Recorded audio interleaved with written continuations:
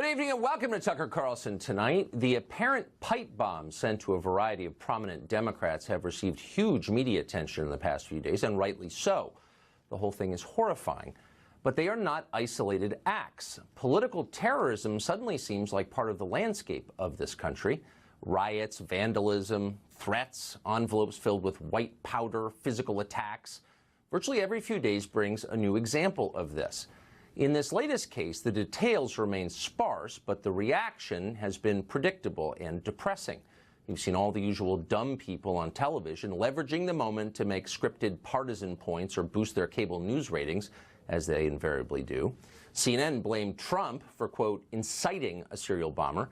Jeff Zucker, head of that channel, tried to draw a connection between the president's dislike of the media and acts of terror. In other words, this is what happens when you criticize us. It went on like this all day with maximum self-righteousness. Our president cannot escape special scrutiny. He is at the head of the hate parade, and way too often. The president has seemed for 2 years not interested in trying to detoxify the environment, but rather pour gasoline on the fire. I blame the rhetoric out of that building, out of the White House, and it comes from the top, the President of the United States. To say there is no connection between what Trump has said about Hillary Clinton, Barack Obama, Eric Holder, John Brennan, and CNN, and the thinking of the person who sent those pipe bombs is foolhardy. Yeah, so Trump is somehow responsible for the pipe bombs now. They said that over and over and over. Now, normally this kind of thing would drive Republicans crazy. But this time, strangely, it didn't. They didn't seem to care very much. Maybe they just expected it was coming. The president tweeted back at the media. He blamed them for making America angrier. At his rally last night, the crowd shouted, "Lock her up," when he mentioned Hillary Clinton's name. All of it seemed normal. And in fact, it was. This is all normal now. Two parts of the same country that despise each other so much, there's almost nothing one can't imagine the other doing, including encouraging acts of terrorism. This is ominous. We're not supposed to hate our fellow Americans this much. The question is, how did we get here? And there are lots of reasons. Our leaders made a series of terrible decisions and never apologized for them. The middle class died and nobody noticed. New technologies that were supposed to unite us instead drove us farther apart. A rotten education system, disintegrating families, shocking rates of substance abuse, all of those played a role. There were other factors too. But more than anything, our thinking changed. That's what really happened. Over time, we stopped debating politics, issues, and ideas, and we started attacking each other for things we can't change, for who we are. Take immigration. 20 years ago, we'd be arguing about how many migrants to admit into this country, under what circumstances, whether or not it was all good for America. None of that is seriously under discussion today. Instead, we get moments like these. What is happening here is a sin against God. I believe that. The hypocrisy of all people of faith in our country not to clamor for this, for what the administration is doing to end. Those who selectively use the Bible to justify this cruelty are ignoring a central tenet of Christianity. Jesus said, "Suffer the little children unto me." He did not say, "Let the children suffer." A sin against God. What you're hearing is not political debate. It's theology. It's not based in reason, but in something deeper, something less predictable and more ferocious. It's a religious argument. Those are not resolvable. That's why you were told not to start them at the dinner table. Religious disputes push people into extremism. If I think your ideas are wrong, I'm happy to argue with you about them. But if I decide you're evil, I may be tempted to hurt you, if only in self-defense. Politics like this isn't really politics. It's sectarianism. And ultimately, it's an incitement to violence. Months ago, we invited Congressman Beto O'Rourke of Texas onto this show to discuss whether the United States should provide free health care to illegal aliens. Now, there are two sides to that question. There always are two sides to political questions. But O'Rourke couldn't even see the other side. He saw only callousness and sin. Watch. I think there's an interest in making sure that if someone is going to be sick, if someone needs help, that we deliver it in the most efficient, effective, cost-effective way possible. Oh, so it's cost-effective to pay for the health care of people here? Yeah, I mean, you can pay for it in the emergency room. How about not paying for it at all? Yeah. Well, then you can watch people die in your community and in your country. Yeah, I must be a mean person for not being in favor of it. Congressman, thank you for joining us. Beto O'Rourke is not stupid, but like so many in our political class, he has adopted a habit of mind that leaves no room for legitimate disagreement with his own views. If you're opposed to paying for health care for illegal aliens, you're in favor of watching people die. You're morally corrupt. Why would anyone waste time trying to reason with a monster like that? Would you debate human rights with Idi Amin? Of course you wouldn't. You already know where he stands because you know what sort of person Idi Amin is. Facts are irrelevant. His character and motives are all that matter. And increasingly, that's what we argue about, character and motive. Watch this exchange with Congressman Adam Schiff of California. The question we raised was whether we know conclusively that the Russian government hacked John Podesta's email account during the 2016 election. Schiff happens to be one of the few people who might know the answer to that. He's the ranking Democrat on the House Intelligence Committee. Watch how he responded. Can you look right into the camera and say, I know for a fact the government of Vladimir Putin was behind the hacks of John Podesta's email? Absolutely. The government of Vladimir Putin was behind the hacks of our institution and the dumping of information. Of John Podesta's email. Not only in the United States, but also in Europe. Okay, you're not, you know what, you're dodging. And Tucker, no, look and say, I know they did. John Podesta's emails, they hacked those. And I think that Ronald Reagan will be rolling over his grave at you're carrying water for the Kremlin. I'm not carrying water for the you're making, look, you're a sitting member of Congress on the Intel Committee, and you can't say they hacked. You're gonna have to move your show to RT Russian television. Because in other words, Schiff replied, I don't care what you're asking.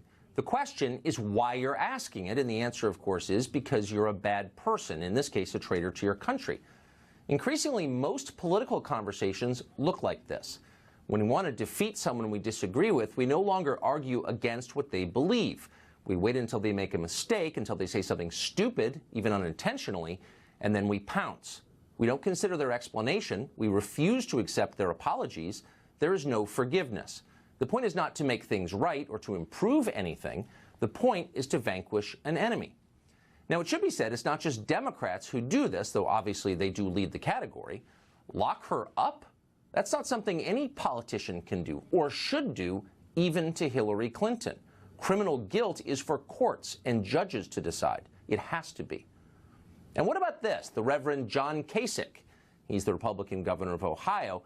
Watch him explain that when you disagree with him, you are really disagreeing with God. We've got to start putting ourselves in the shoes of other people. We've got to start thinking about the consequences that others suffer. And if we've been spared those by the grace of God, let us be appreciative. Let us count our blessings, and let us reach out to those who have less. And let's stop putting up walls around ourselves and not understanding the plight, the trouble, and the problems of others. It is not right, and the Lord doesn't want it. And our people, at their hearts, want to reach out to others. Look at what they do in these storms. They go and they rescue people they don't know. They put them in their homes. They feed them. That's America.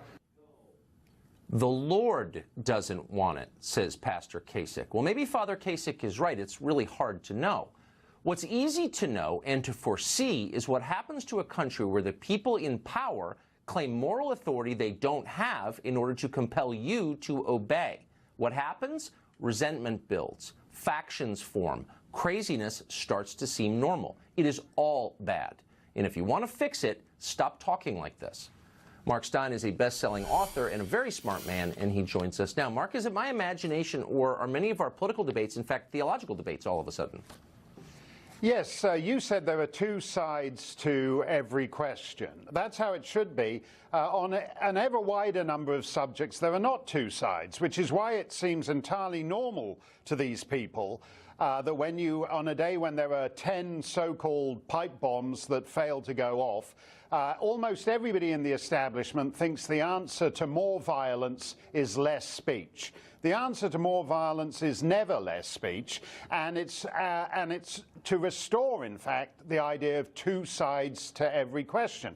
You can't say, as the left increasingly does, on any number of issues, that on immigration there's one side, there's the virtuous moral side, and on the other is the evil side. That's true for gay marriage, that's true for climate change, that's true for Islam, that's true for transgender bathrooms, that's true for an ever wider range of subjects.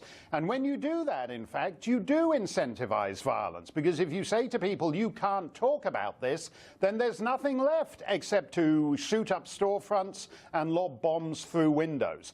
To hear people, including Republicans like Mitt Romney, quite shamefully calling out a vigorous open speech, which actually we need more of. We need to expand the borders of speech in this country. We don't need sensitivity training. As a Canadian friend of mine always says, in a fractious society, you actually need insensitivity training. You need to train people to have vigorous debates and not get to the point, whether it's on left or right, where you get obvious jokes, whether in bad taste, obvious vulgarities, are things that drive people nuts and call for people to stop tweeting and all the rest of it. We actually need more speech. If you don't want days like yesterday, you need more, better, more vigorous free speech.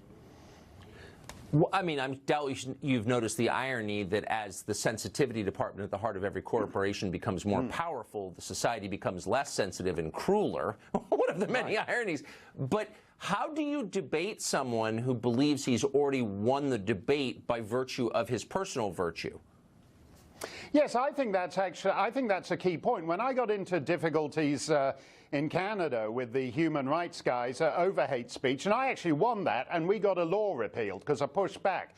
But I well remember a minister of the Crown up there saying to me that a cabinet minister, saying that the object of this was to, quote, denormalize, unquote, me. That's why these guys on the left and the Islamic guys were doing this, to quote, I'd never heard that word before.